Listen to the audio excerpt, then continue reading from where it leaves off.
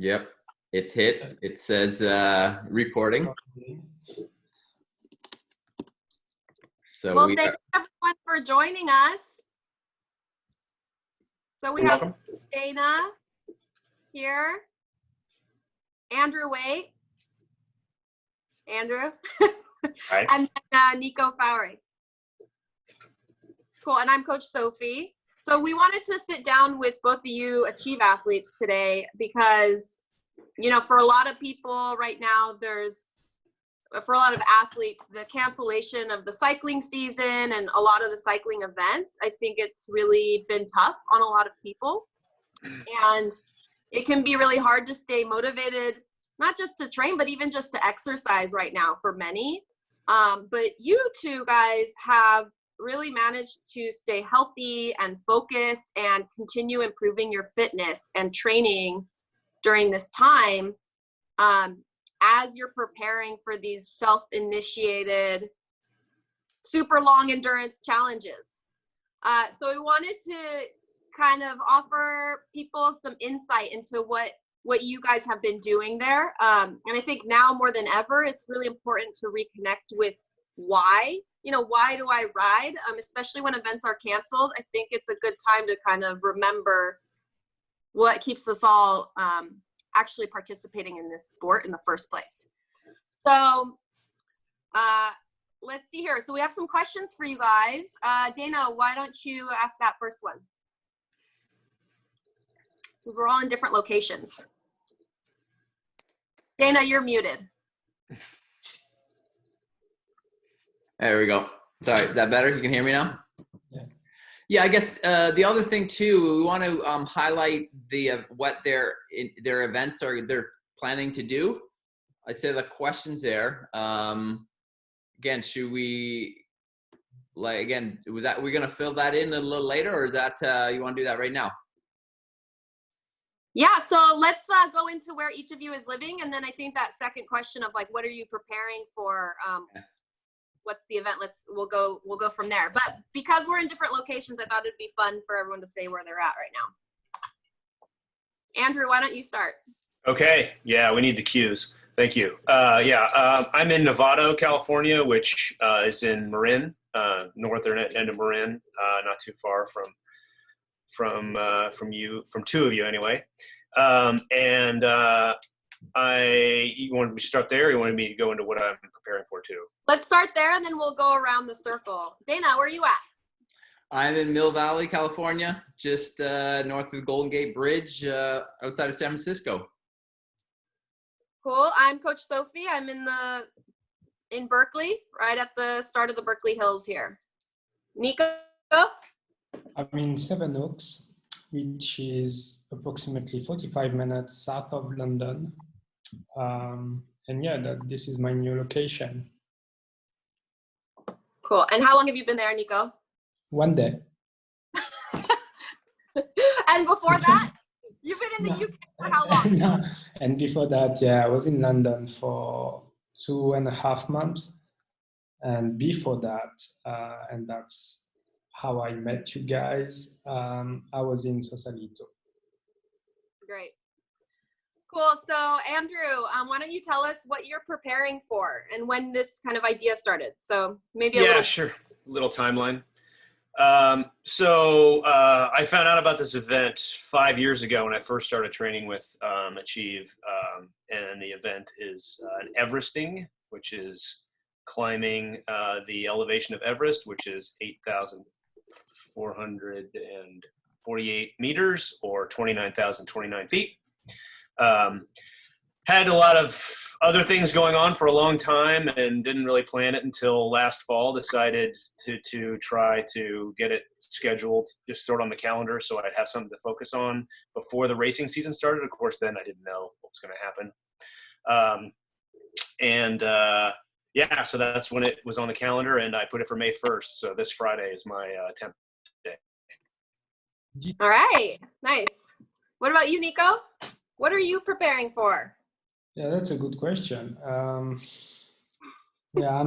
basically preparing for crossing the Alps from south to north. So starting from Nice and then ending in Switzerland, Geneva. So this is like close to 500 kilometers and 11,000 meters of elevation. I'm currently trying to convert that in feet and miles for you guys. It's more than Everest. Yeah. Yeah, it's definitely, it's one Everest and a half, more or less. And it's close to,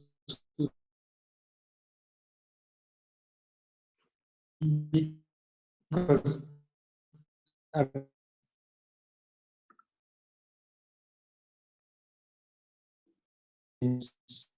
the current record is 23 hours and 59 minutes. So my objective is to break that record and go as fast as I can, basically. Awesome.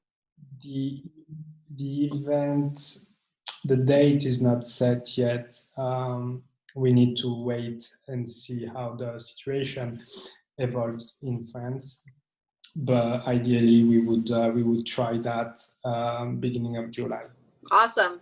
Great. This is awesome. These are awesome challenges, you two. Dana, go ahead. Yeah. Was your audio and everything clear throughout those answering that question? It kind of cut out for me. I just wondering in the recording if we got it all. It was okay for me. Okay, cool. Yeah, I got the end part of it. It was, yeah. All right. Okay, guys. Yeah. What prompted you to initiate a challenge that was just for yourself as opposed to an organized event? Who are we starting with? Yeah, go ahead, Andrew. Okay. So I do a lot of training by myself anyway, for the most part, as I mountain bike exclusively, and there's not, a large group of folks that are training like I do. So I generally do a lot of solo rides anyway, but, achieving something, that puts me out beyond what I perceive to be my limits, is something that really I find motivating for me. And they're just, I've done 7-day stage races. I've done other big events, but nothing that I could put out there for myself that I could control, and, push me beyond my limits. Obviously you can do that in a race in different ways, but for me, like a big endurance thing that pushes me harder and further than past barriers that I felt that I had erected for myself is something that motivates me. Cool. Thank you. Nico? Yeah, I mean, it's more or less the same. I'm mostly riding solo. So it made sense for me to go for a solo challenge. The main reason is I did suggest that challenge to some people, but they got scared. So I don't know why. It's pretty fun. Keeping up to you too. Just reinforced that it was the right thing to do. And also, I mean, the choice of that particular challenge is something personal. I come from the Alps. I was born there. I miss them. I miss those mountains. And crossing them has always been like kind of a challenge for me and an objective. So it only makes sense for me to attempt it alone, and I think it's only the start. And I will keep doing those kind of solo challenges in the near future. Cool. So what helps you guys kind of get up each day and, motivate to ride and continue to ride, especially during this time? There's a lot of sort of external stress for all of us. So what is like the thing, or what are a couple things that help you kind of wake up each day and want to get on that bike? Andrew, why don't you go ahead and start? I mean, for me, it's very simple. It boils down to pursuit of sanity. I just, I can't imagine. I can imagine being in a hole so deep that you can't feel like how you can get out of it when there's so many things like you just described. But, you know, I'm very lucky here. I know there are other parts in the world, we were talking about that before the call, that don't have the ability to go out and ride, especially on trails. There's a lot of places where trail systems are closed, and even they only want you to let it go out and exercise. So I feel like, especially like we're lucky, and that's something that helps me. Like, it's not hard for me to get out and ride because I want to get away from a lot of things that are driving me crazy. So that makes it a little easier for me to get up and ride. It's something I look forward to. I try to catch sunrises whenever I can, because there's a moment at that time when, you know, nature is just starting to like wake up. And if you're there when that happens, it just takes you away from all that other crap that you have to deal with. And when you get back and it's there, but it's something you can look forward to. Nice. Yeah. How about you, Nico? What's kind of motivates you to get up each day and do this? You've been working really hard. Yeah, I mean, for me, the first thing that helps me is if I don't do it today, then I will lose something. And I put so much energy into training over the last 2 years that every morning it's kind of like normal to jump on the bike. Simply because I don't want to ruin and damage everything I've been building. So that's the first reason. The second reason is, the objective. I know that it's a tough one, it's a tough challenge, and you can't control everything, but one thing you can control is your fitness, basically. So that's my main motivation when it's raining outside, or when like now we can't go outside. So yeah. Thank you. How has the onset of COVID-19 or coronavirus shifted your training or mindset? Or if it hasn't, it hasn't. But why don't we start with you, Nico, on that one? My mindset did not really change with that situation. I think the main impact for me is like shifting from long endurance ride outdoors to very specific work indoors. But I like those specific workouts that I'm doing indoors. I think they're gonna bring something to the mix. But that's it. Apart from that, I mean, yeah, it's frustrating to be 100% on the trainer just behind me, but it is what it is. And you have to make the most of it, and you can do a lot on that machine. We're very lucky that we have some very good platforms. So yeah, you can still train, you can still make progress and be better. So it's all good. Yes. Cool. How about you, Andrew? Yeah, I thought about this one a bit. I mean, the things that have changed for me mostly, like I did group rides or something I don't really do much anymore. I know some people do. I personally am, my wife is a pharmacist, and so I'm exposed to everything she's exposed to. So I try to be a little more mindful about that. And, you know, so that I've not really participated in group rides, which is something I very much look forward to. So I miss that a lot.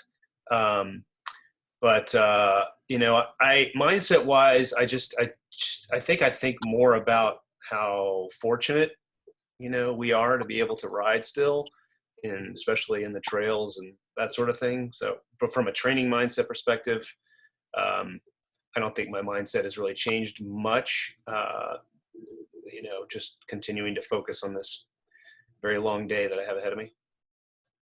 Yeah. So the next question I want to ask you guys is, you know, kind of back to this idea that for a lot of people, bike or organize events are what keep them focused and motivated. And so you guys kind of self-initiated these individual challenges that push yourselves. And I think that's really valuable right now for a lot of people, to kind of have an example of that. So has choosing this sort of self-initiated challenge, has working towards such a big goal kind of grounded you at all during this time? Has the structured training been helpful, or bringing, routine to your day? Is there an aspect about this, because it's not up to someone else, it's really you guys are choosing this for yourselves?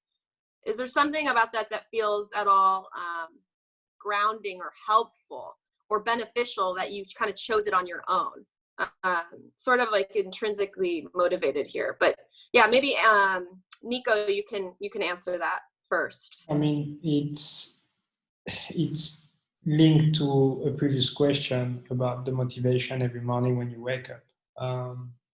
That personal objective obviously is always in your mind, so you have something to aim for, and the structured training really helps a lot. Like, I don't think I could keep up if I didn't have you as a coach, and my trainer peaks logs.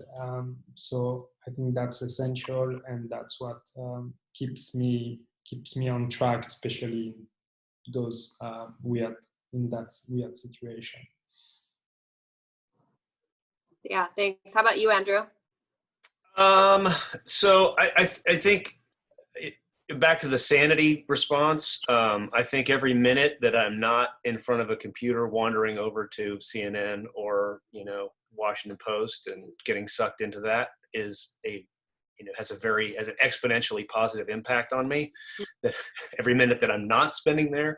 And so having a big goal like this, where I have to really think about the plan, I spent a lot of time with Dana working on the nutrition plan, and, how much time I'm going to be on the bike, how many stops, how much time I'm going to be stopped, like all that, just like thought energy that has to go into it keeps me away from all that stuff in the time that I have to spend like that. So I think that has really helped, having something that really draws your attention, your focus away from those things, has really helped a lot. Awesome. Yeah, this one, it's a little, I guess, Andrew, some of it I've already gone through, but it's definitely, we can answer and maybe look back at the past. But so what is your timeline for your goal? I think you can just re-summarize that from what we talked about at the beginning of when you mentioned it. And any accomplishments or small victories along the way you can celebrate, or you have been able to up to this point, to keep you going. Nico? Timeline is, like I said earlier, probably early July. If it's not possible, then we will move end of July. And if end of July is not possible, then we will keep moving it a bit further. The only issue is the daylight and night. So the closer to end of June would be the best. So that's for the timeline, but it's good to be in control of that, because there's less pressure, especially with that situation. Regarding the small accomplishment, yes, that's something we are working with Sofi to set some training camp where we try to achieve something. First one was end of Jan, where I did like 3/4 of an Everesting, I think. So that was fun. Yesterday I did half of an Everesting, I think, on the trainer. That was fun too. I think this next week we'll probably do a full Everesting, and yes, small things like this along the way to just check if we're still on the right track, and also to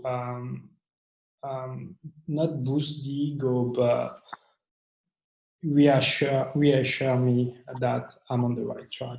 I think that's important. He's also not mentioning that we did some metabolic testing and inside testing recently, and he had huge improvements. So he had, between 6 and 8% improvements for his anaerobic threshold and his VO2 max and fat combustion rate. So we really want to build his fat oxidation and efficiency there aerobically, because it's going to be a primarily aerobic event for him. So there's been huge improvements there as well.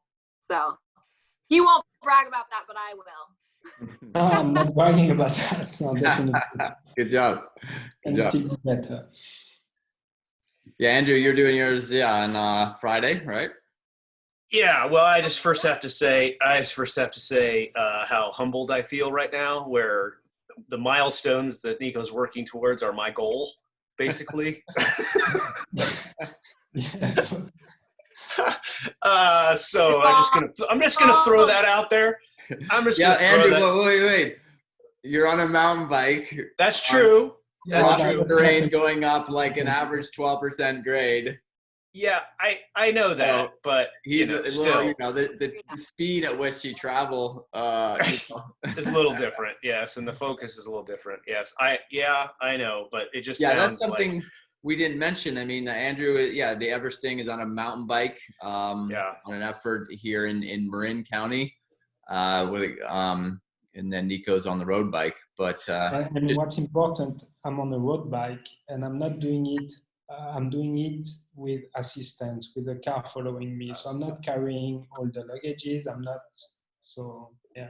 With the Everesting attempt, so I'll get into a little bit of that detail for this, just so we have the background. The Everesting, I'm doing it right. I'm looking at the hill right now out my window that I'm going to be going up. It's my neighborhood trail.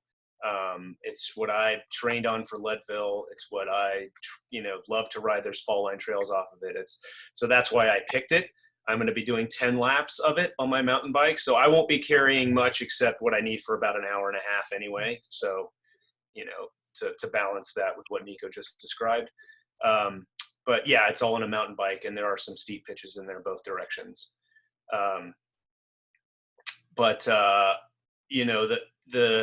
So the timeline, I really kicked into gear in mid-March, I would say, when I did the first 3 laps on that, which was each lap is about 1,000 meters or 3,200 feet thereabouts. So I did 3 laps, and then I did 4 laps, and then I did 5 laps, and then I did 6 laps in my last practice. So I've just been gradually building it up. What's funny is from 4, 5, and 6, it was the last lap that was the hardest one, of course, but the previously last lap was like nothing the next time I rode it, right? So like, to put that more clearly, when I did the 5 lap route, my 4th lap didn't feel anywhere near as hard as the 4th lap did in the 4 lap ride. And likewise in the 6th. The 6th lap just freaking killed me. But the 5th lap was way easier than the I did the 5th lap before. So I'm kind of counting on that. So those are my big milestones, my 5 and 6 lap, which do count as a half Everest, which is actually a thing they just put out. They call it base camping now.